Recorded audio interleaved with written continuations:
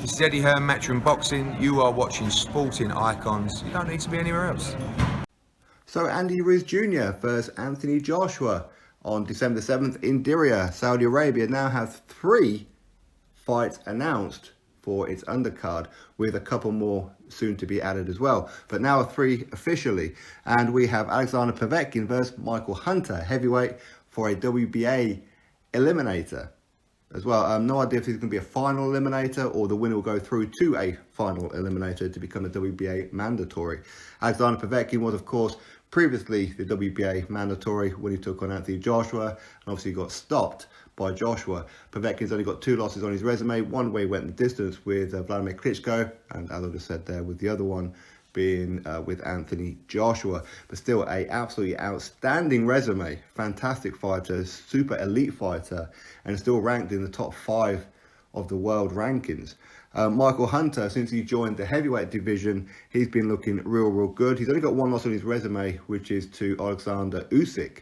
But since he joined up with heavyweight, he's got some pretty good names on his resume that people will have heard of. Mike Bakole, of course, and Sergey Kuzmin. And I suppose we could kind of put Alexander Ustinov in that mix as well as. But either way, still, he's looking pretty damn good. He wanted the Povetkin fight, and that's exactly what it is that he's got. This is a fantastic fight. I'm really looking forward to this one. In addition to that, Filip Hrgovic, 9-0, going up against Eric Molina, and this is for a WBC International Heavyweight title. So in other words, the winner of this is going to be ranked probably top 15 in the world. But Filip Hrgovic, I believe he's already still in there. I did a video on yesterday, and I'm pretty sure Hrgovic was there or thereabouts, around about 12th position or something like that. I forgot now. But either way, Hrgovic is only 9-0.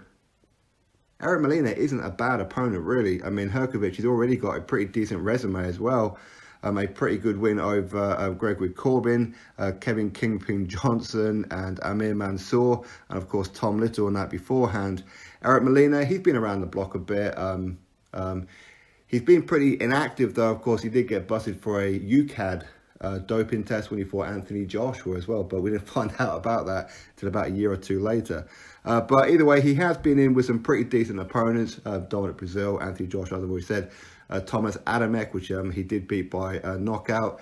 He did very well against Deontay Wilder. He even had Deontay Wilder on Bambi legs at one point in that fight. But he is the kind of guy where he's the gatekeeper of the heavyweight division, that's for sure. And lastly, but certainly not least, one of my favourite fighters, Scott Quigg. He's going to be taking on Jono Carroll from Ireland for the WBA Intercontinental Super Featherweight title.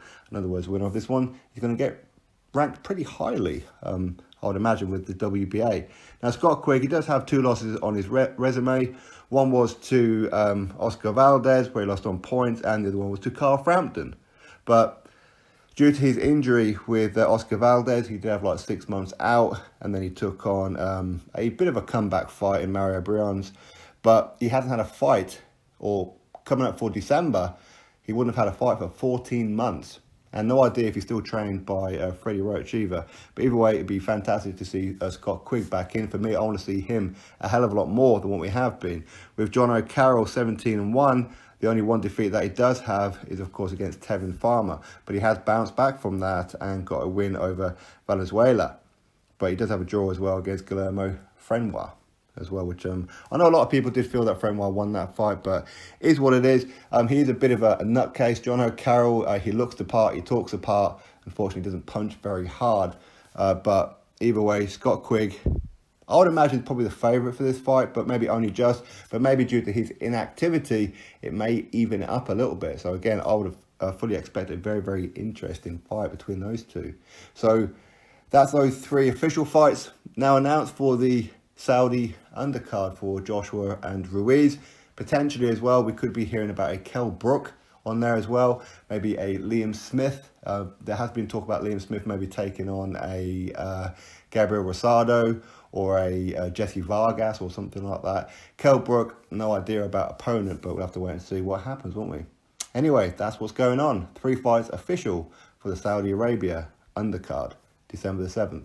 Drop your thoughts below, click thumbs up, subscribe. Catch you all on the next video.